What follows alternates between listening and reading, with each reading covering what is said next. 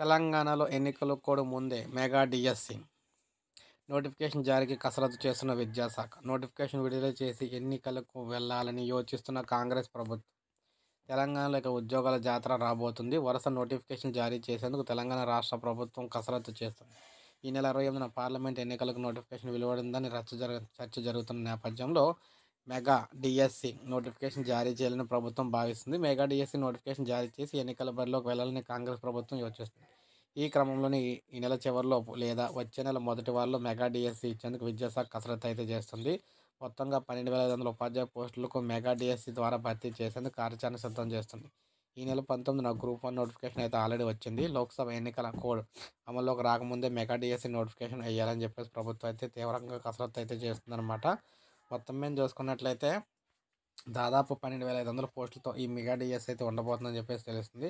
మొత్తం మీద మనకి ఇక్కడ మార్చి 5వ తారీఖున అయితే ఈ నోటిఫికేషన్ విడుదల చేయబోతున్నారన్నమాట. లైక్ చేయండి, సబ్స్క్రైబ్ చేసుకోకపోతే మన ఛానల్ సబ్స్క్రైబ్ చేసుకోండి.